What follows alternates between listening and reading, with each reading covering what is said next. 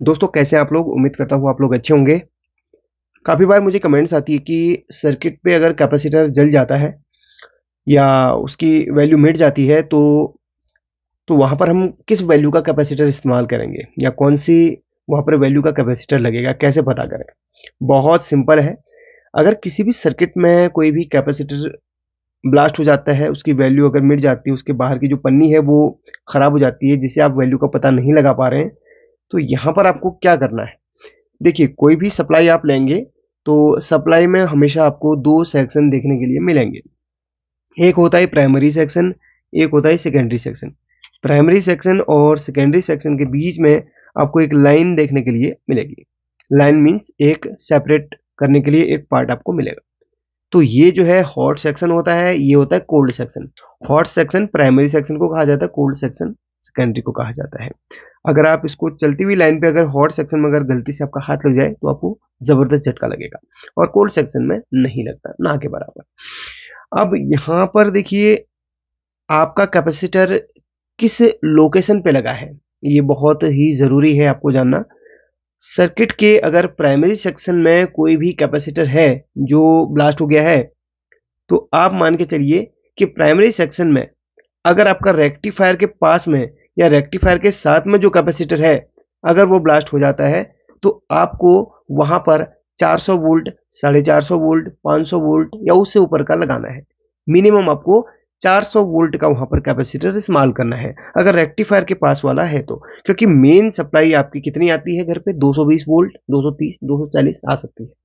और वो जो है रेक्टिफायर में जाने के बाद वो उसको डीसी बनाएगा और कैपेसिटर में जाके स्टोर कर देगा। अगर वहाँ पर मेन लाइन पे वो कैपेसिटर लगा होता है, तो आप नोट कर लीजिएगा कि वहाँ पर आपको ज़्यादा ही वोल्ट के कैपेसिटर का इस्तेमाल करना है। और माइक्रोफैराड क्या रखेंगे?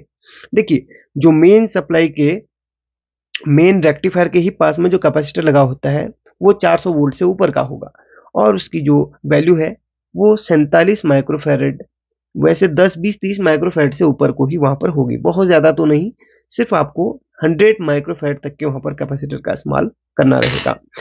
तो यहीं पर एक छोटा-सा कैपेसिटर और होता है, तो वहाँ पर वो कैपेसिटर फीडबैक सेक्शन के लिए ही वहाँ पर लगता है। तो वहाँ पर लगभग 50-60 या आपको 100 वोल्ट तक के कैपेसिटर का इस्तेमाल करना है। यहाँ पर एक छोटा-सा फीडबैक उसमें लगा होता है, बट इसमें नहीं है, किसी-किसी में आपको यहाँ पर छोटा-सा मिल जाएगा। तो इस तरीके से आप वहाँ पर उस कैपेसिटर का इस्तेमाल प्राइमरी सेक्शन में कर सकते हैं। प्राइमरी सेक्शन में हाई वोल्ट के ही कैपेसिटर लगते हैं। अब बात करेंगे सेकेंडरी सेक्शन में, तो सेकेंडरी सेक्शन में सबसे पहले तो आपको यहाँ पर आउटपुट वोल्टेज देखने के लिए मिल जाएंगी। और यहाँ पर अगर नहीं लिखी है, तो सेकेंडरी सेक्शन में आपको करना क्या है? एग्ज़ाम्पल के लिए अगर एक कैपेसिटर खराब हो गया है या ब्लास्ट हो गया है और आपको पता नहीं लग पा रहा है, तो यहाँ पर आप करेंगे क्या कि इस जगह पे सबसे पहले आपको ज़्यादा वोल्ट का एक कैपेसिटर इस्तेमाल करना है और उसके बाद उस पॉइंट पे आपको वोल्टेज चेक करनी है कि कितनी वोल्टेज वो स्टोर कर पा रहा है। उसके बाद वहाँ पर वो एक्चुअली अपनी वोल्टेज स्टोर करेगा, उसके बाद ही आपको वहाँ पर उस हिसाब से कैपेसिटर का इस्तेमाल करना होगा।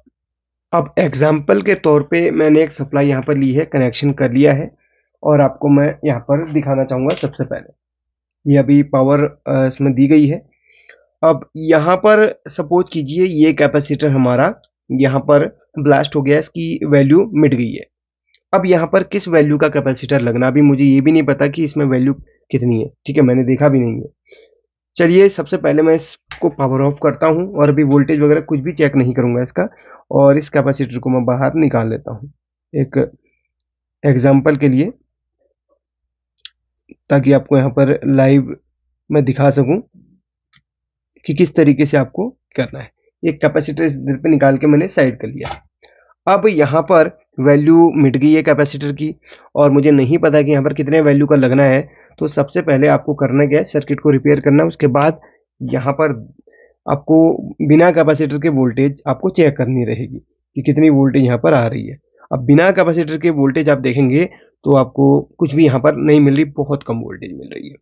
अब आपको क्या करना है कि एक आपको बहुत ज़्यादा वोल्ट का एक कैपेसिटर लेना है। मैंने देखिए 400 वोल्ट का एक छोटा सा कैपेसिटर लिया सिर्फ टेस्टिंग के लिए। अब यहाँ पर इसके प्लस माइनस को फाइंड करके प्लस माइनस में यहाँ पर इसको सोल्डरिंग मैं कर देता हूँ।